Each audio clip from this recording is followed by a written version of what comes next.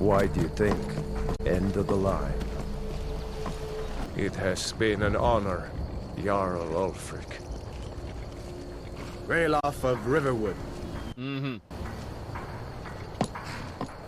You with one of the trade caravans, Khajiit? Your kind always seems to find trouble. Captain, what should we do? He's not on the list. Forget the list. He goes to the block. By your orders, Captain. You mean they're gonna murder an innocent house cat? We'll make sure your remains are returned to elsewhere. And now the Empire is going to put you down. What in oblivion is that? What in oblivion is that? It's a dragon. Uh-oh. The skies. We are done. Welcome to Elder Scrolls V Skyrim. This is the beginning of the game. We absolutely did not plunder 2 separate dungeons on this character before starting this. This is completely normal and vanilla, but Sands of Time is gated behind the completion of the tutorial for various reasons, because things can really screw up the tutorial, period. So, here we are. Hey, Kinsman, get up! Come on, the gods won't give us another... We need to fall back! Just give the general some time. Give the general some time. Damn.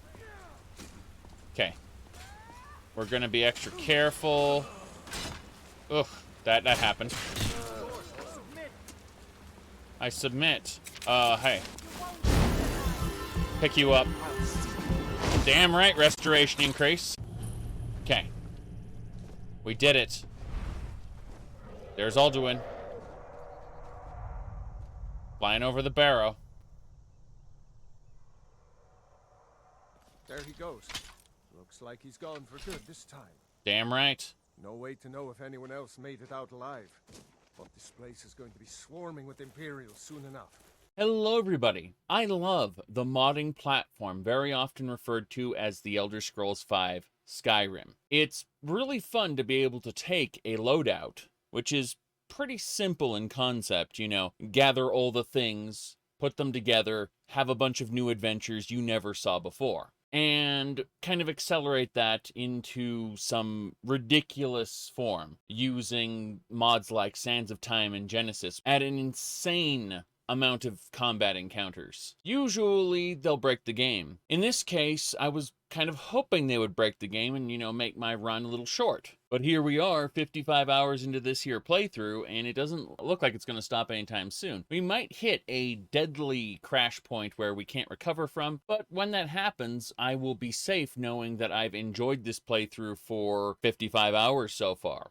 Kind of nuts. What I'm getting at, though, is some people have this kind of crazy notion that I hate Skyrim. The main quest is terribly written, and the setting is extremely inconsistent for how it used to be. But that doesn't mean we can't enjoy the game as an experience. Sit down, install a ton of mods that change the way the game functions, and have a bunch of adventures in a way that was never originally intended. Sometimes the game crashes, sometimes it doesn't. So let's go over the list of mods I'm using right now. First of all, we're using some foundational mods, like the Address Library, Fuzzroad Do, J-Containers, Skyrim Unofficial Patch, SkyUI. These are, again, foundational plugins, but we also are using the Profile Redirector. This is pretty mandatory, because what this does is the video game, when launched, will go through your INI. It'll basically open up the INI, it'll look at one line, then it will close it. Then it will open it again, look at another line, and close it. It is incredibly inefficient. So what this profile redirector does is it stores the INI, that is to say your load order, in RAM. And so what's happening is it's pulling addresses from memory instead of having to read the file every time. And that speeds up the rate at which Skyrim loads. Because, you know, I figured if the game's going to crash, well, we're going to want to get it back up in less than 5 minutes, and it reduces it down to a little less than 2 minutes, which is good. Now, other things to mention, we're using an Oblivion-esque user interface that takes advantage of SkyHUD, TrueHUD, and PaperHUD. We're also using many different quest expansions and other setups. The Dragon Remains mod is a pretty small side mod that just makes it sure that when we kill a dragon, its body doesn't decay. That way, when we go to butcher its meat and stuff, it doesn't seem ridiculous, like we're butchering it before the skeleton appears. You know, no, we don't have to worry about that. The dragons remain fleshy even after death. We're using the Great City of Winterhold, which is basically mandatory for me these days. It creates the illusion that Winterhold was once a great city that fell into the ocean, as opposed to the way Skyrim is now, where you're told it was a great city that fell into the ocean, and there's no evidence that it ever existed. We're running the CBBE body mod with the 3 physics, the breast, belly, and butt. Not that I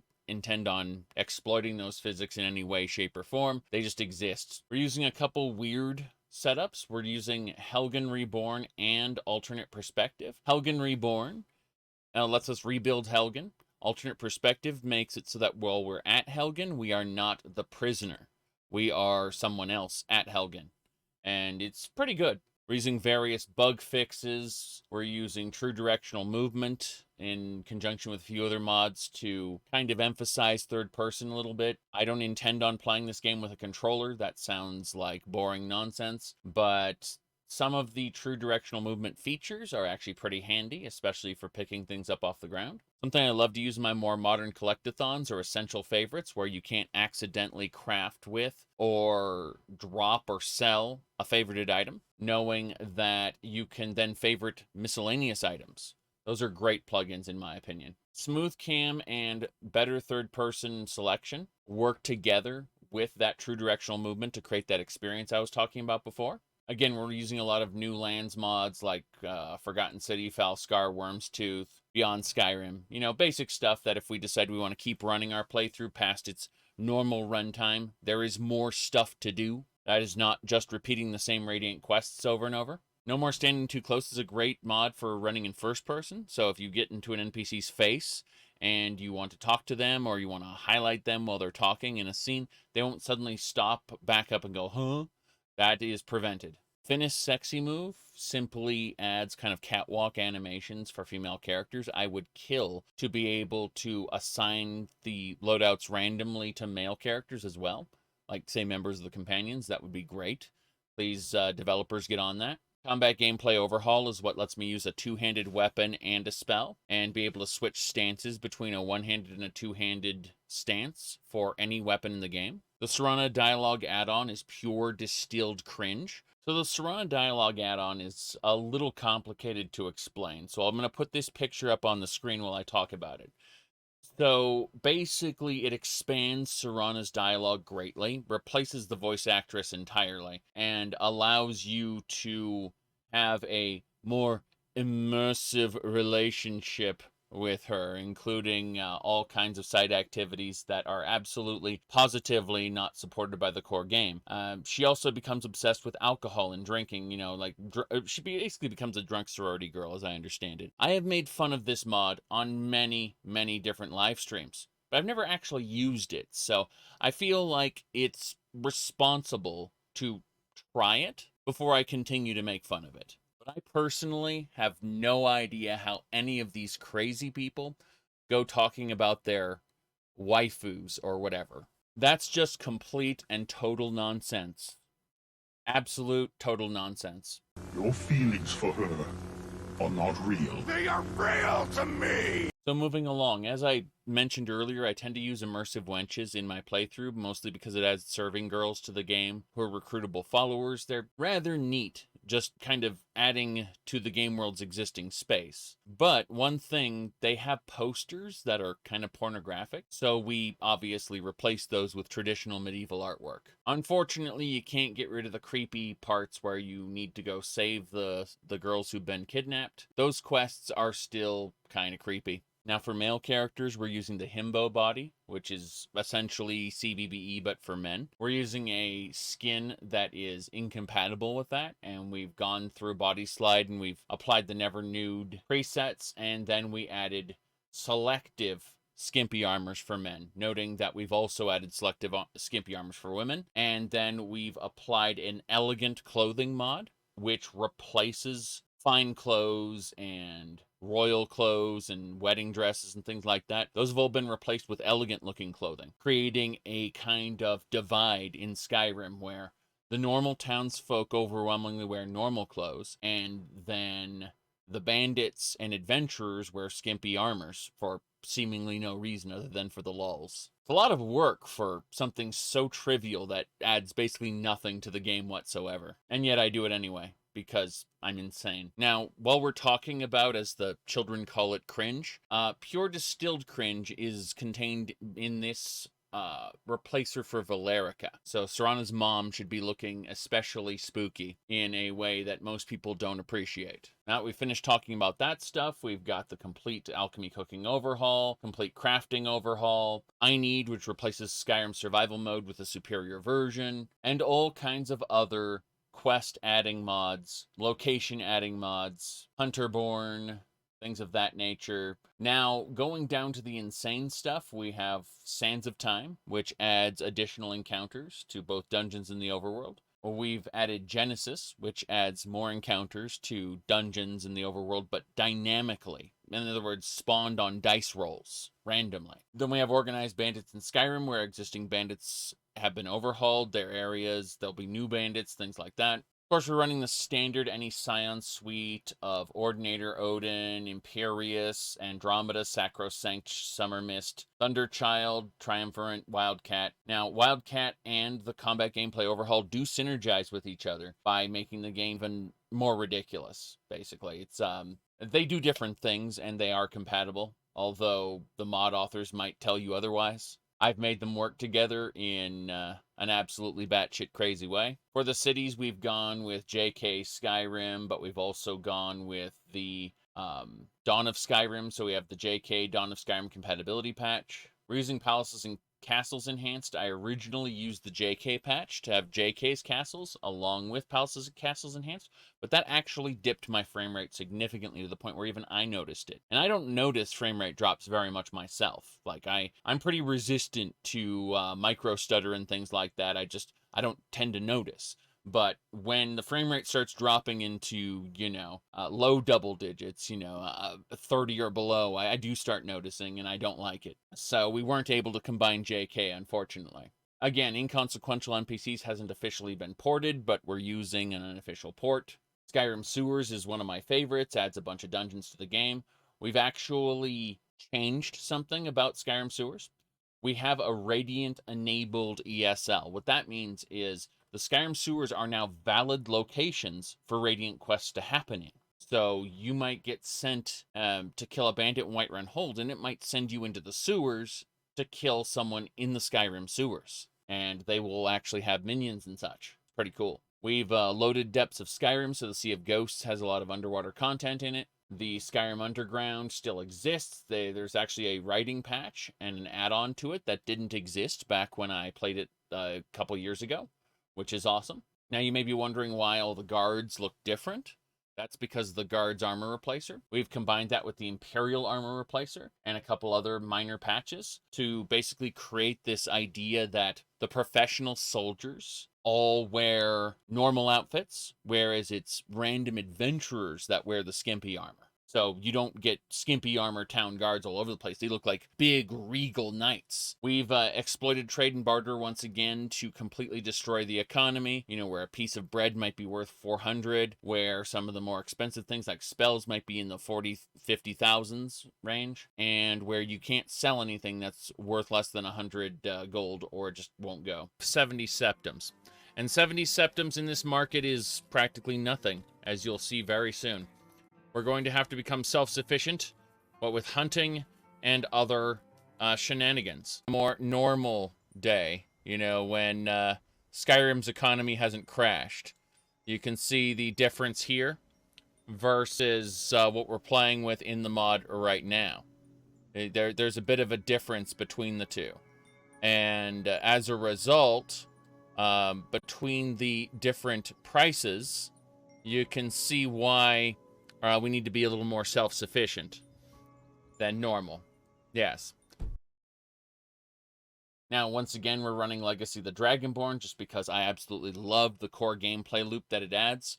I've basically given up on the idea of trying to hammer Skyrim into the shape of a specific role-playing build, and I've embraced the idea that this is a collectathon. You should do all the things because that's what the game's core design encourages anyway, so let's go do that. And this just creates its own main quest centered around the idea of you doing all the things. Of course, we will be doing this through the perspective of a Nord, not an Altmer, and we will be siding with the Stormcloaks and not the Imperials.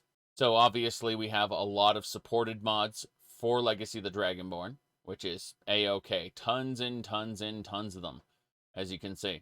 Last minute additions were Growl, Wearable Lanterns, and I'm Walking Here. I'm Walking Here is a simple plugin that makes your followers and your conjured minions and your followers' conjured minions all considered intangible to the player. They will still have collision with each other and with the enemies, but just not you, the player. So you'll be able to pass through your own followers in order to stop them from blocking you.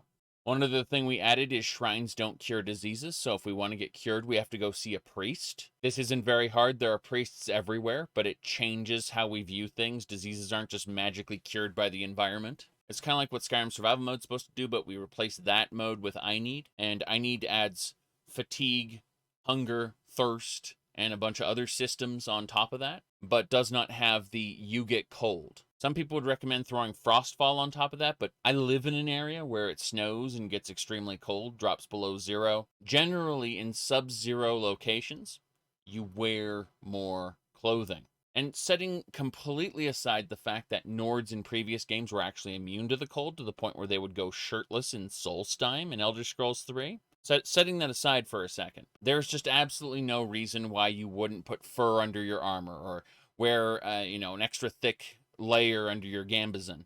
Just your culture adapts, and therefore your armors adapt with them. Frostfall is quite stupid. The only virtue those mods have is that cold water could, murder you faster. So no, I'm not running Frostfall in this loadout, although I am quite happy with the overall setup regardless. So if you're interested in this particular loadout as it is right now, most of it will be linked in a comment below or on my website, Zhakaron.com. I'll be weaving live streams of Skyrim in between my other stuff, and I do expect this loadout to crash and burn eventually, unlike my other loadout that lasted for 700 hours and had a fulfilling conclusion. Some people may ask, where is that loadout? And the answer is, I am working hard to get it uploaded to YouTube. So keep an eye out for a playlist for the older stuff, and I'll make sure to try to keep that playlist up to date. Otherwise, as highlights on Twitch, the whole series is already done. Both the Daggerfall and the previous Skyrim series are complete. But with that all said, I'm going to show off a couple highlights, and then we are going to get into the game proper. Yeah, come on over. Come on. You can do it. Come on over. Yeah, come on. Come on, Bandit Archer. You know exactly where I am. What you gonna do, huh? What you gonna Yes. What am I going to do? I don't know. Okay, so there's a treasure chest over here, and there is absolutely, positively nothing wrong with that second treasure chest over in that direction. Definitely not. Let's go over to it.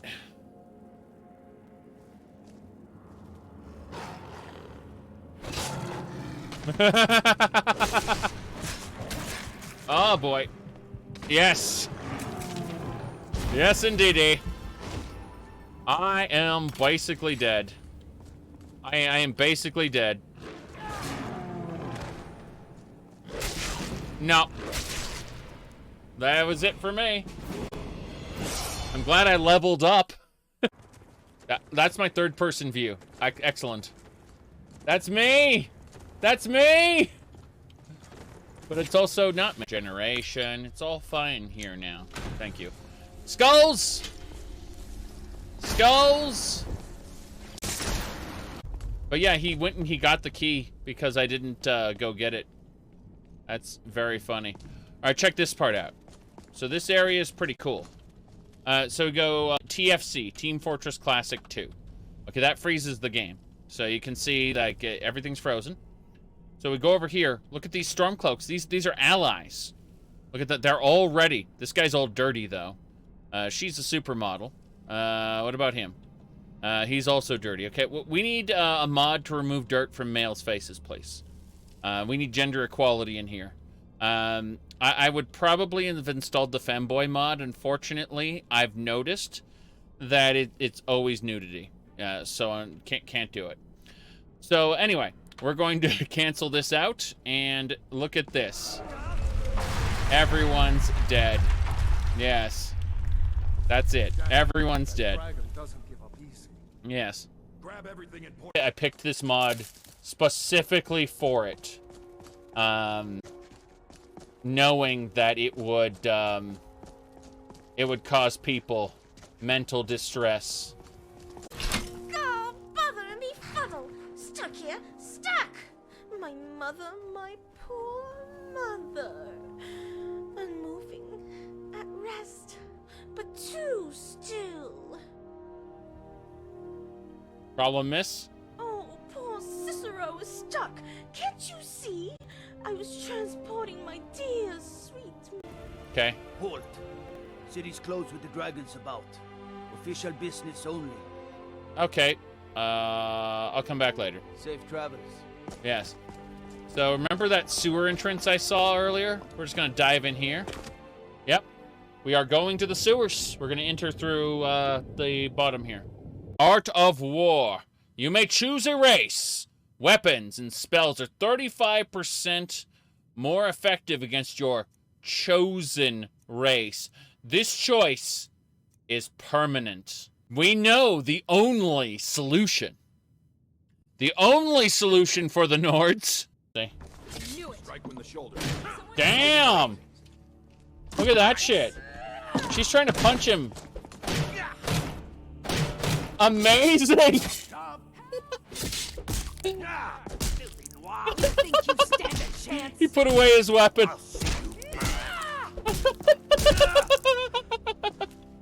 Amazing. You're pathetic.